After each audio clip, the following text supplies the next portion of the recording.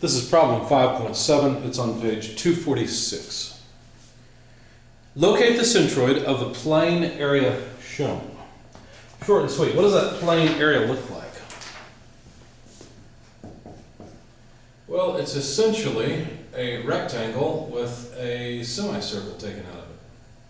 Something like that. The radius of that semicircle is 15 inches.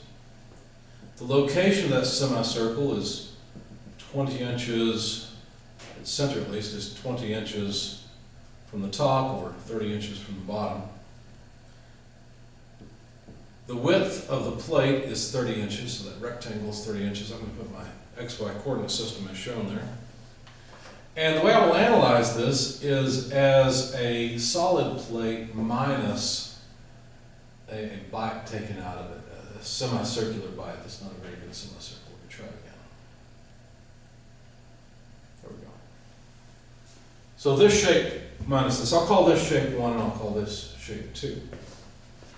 The location of the centroid of the rectangle is pretty easy. It's halfway over, halfway up. So that's 15 inches. The location of the centroid in the vertical direction is 25 inches. For the semicircle that's taken out,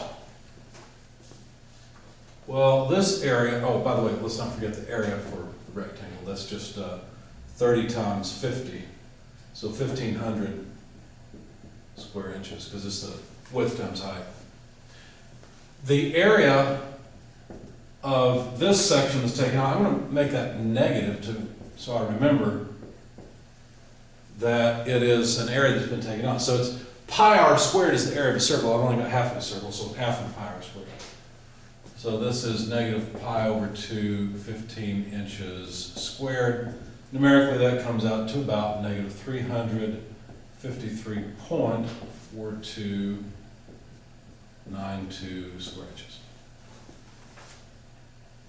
The location of the centroid, in the vertical direction, it's easy. Y bar 2 is pretty easy. The height, well, that's just at 30 inches. But the centroid of this area is over to the left a little bit of this right side line. So we've got to figure out what that means. Well, the location of that centroid would be up at, well, let's see, or over at 30 inches and then coming back off that edge. There's an equation for that. Let's see, so 30 inches minus 4r over 3 pi. I just got that from the table in the book. That just gives me this distance. It's 4r over 3 pi. That's the distance from the diameter of this semicircle over to the centroid of that area. Of course, r is 15 inches, so you plug all that into your calculator. You'll find this is about 23.6338 inches. Now that's the dimension from the left side over to the centroid of the semicircle. So locating the centroid of the combined shape, capital X bar, is pretty easy. All I need is the location of, or I need the moment of each area. I'm measuring from, x equals 0, divided by the sum of the areas. Okay, so x1 is 15 inches. That's the location of the horizontal centroid of area 1. Area 1 is 1,500 square inches. x2, well, let's see, that's just 23.6338 inches.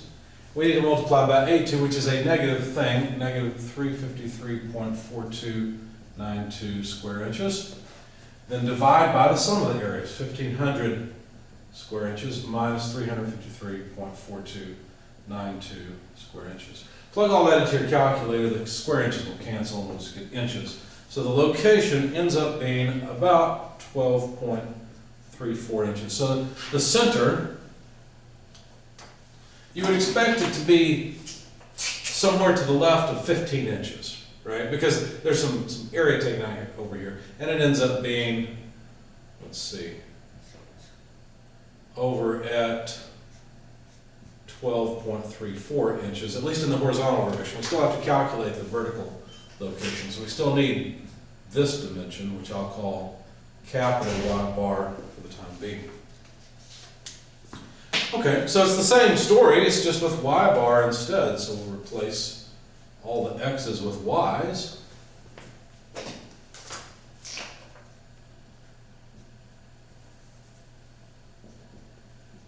And that will give us our result.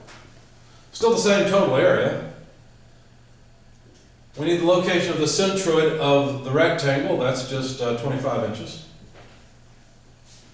And we need the location of the centroid of, in the vertical direction of this cutout area, well that's just 30 inches. Other than that, everything is the same.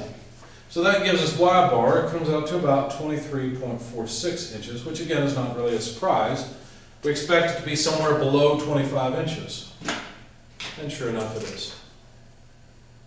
So this dimension is just 23.46 inches or so. And that's where the centroid of that composite shape is located.